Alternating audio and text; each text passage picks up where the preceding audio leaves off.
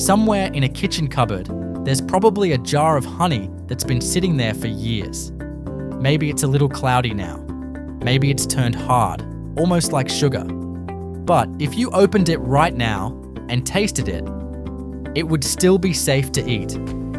Now compare that to almost anything else in your fridge. Bread goes moldy in a week. Milk turns in days. Even rice, if left open, eventually spoils. So why does honey get a free pass?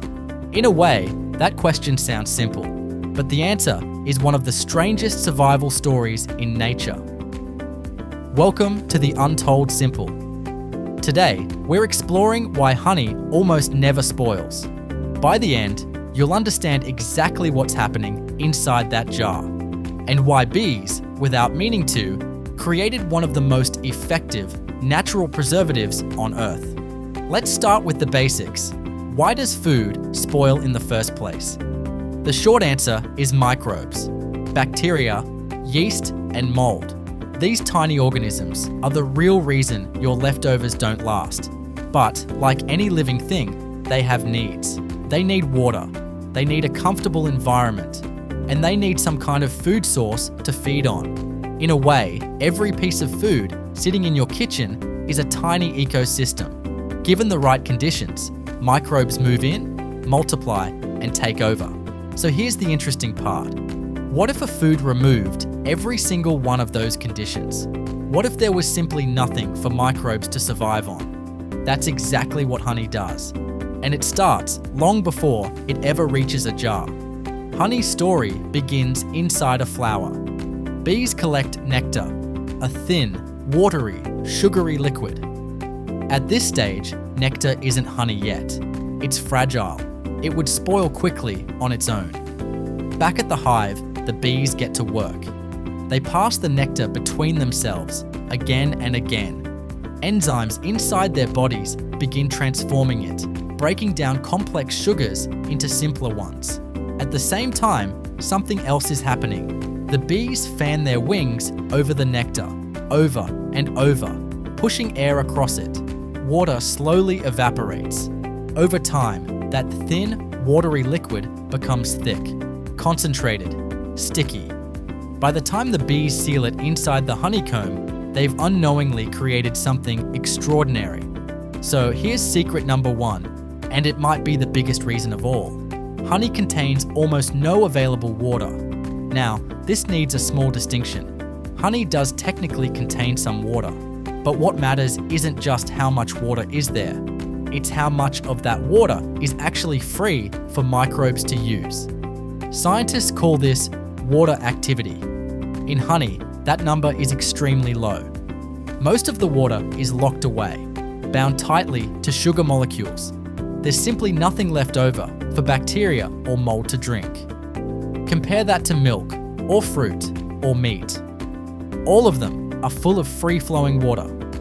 That's exactly what makes them a comfortable home for microbes. Honey offers no such comfort.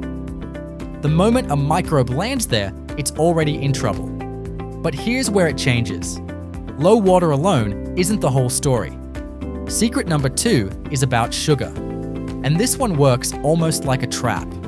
Honey is packed with sugar, an extremely high concentration of it.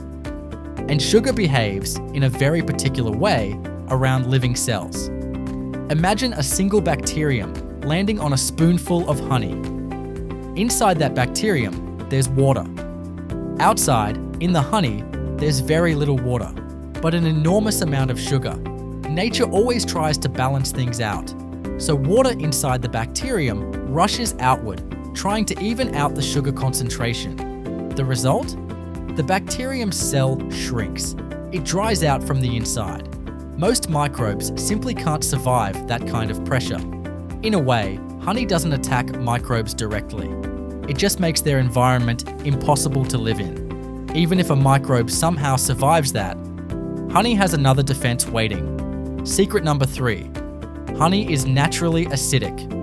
Its pH usually sits somewhere between 3 and 4.5, similar to foods like vinegar or citrus fruit. Most harmful bacteria prefer a more neutral environment. They don't grow well in acidic conditions, so even for the toughest survivors, honey's acidity adds one more layer of resistance.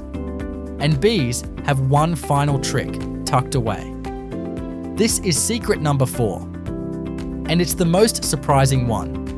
As bees produce honey, they add a special enzyme called glucose oxidase.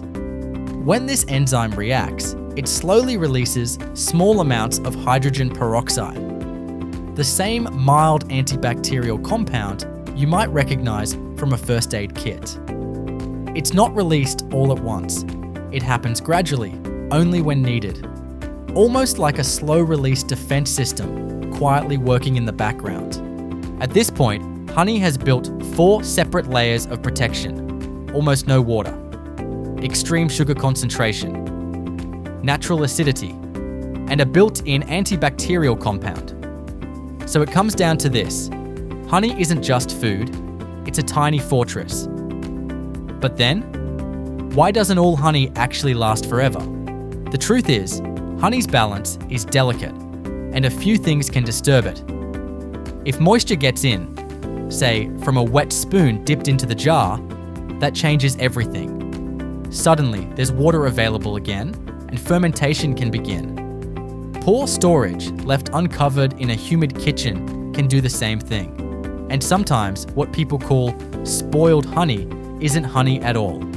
It's fake or diluted honey mixed with extra water or syrup, which never had those natural defenses in the first place.